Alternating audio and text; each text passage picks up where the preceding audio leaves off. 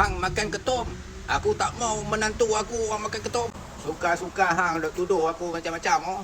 Hang nampak ke aku duk minum, hang nampak ke aku duk bawa sana sini kan.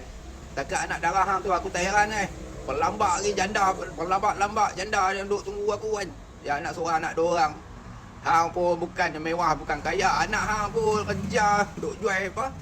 Duk jual kerja tak tetap pun. Jangan duk belagak sangat. Tepi rumah hang tu pokok saja tu. Yang hang duk jual daun tu kan. Ni. Pak Teh belah pokok ni pula duk tanam pokok apa? Pokok limau kasturi ni senang kan. 1 minggu Pak Teh jual. Ni. Banyak elok Pokok bersegak, sihat, walafiat. Nampak? Tu. Anak pokok ada bunga dah nampak. Dah ni hampa nak anak benih ni, anak limau kasturi hampa boleh tekan dekat beg kuning ni.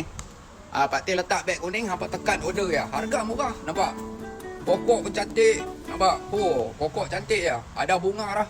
Apa pergi tanam ya. Memang orang duk order ni. Order pokok ni Pak Teh pun dah order kan. Tengok elok nampak? Dah ada bunga dah. Pokok pun cantik tu, nampak? Tu. Pokok limau kasturi, hampa boleh tekan beg kuning, hampa order. Okey, follow, like.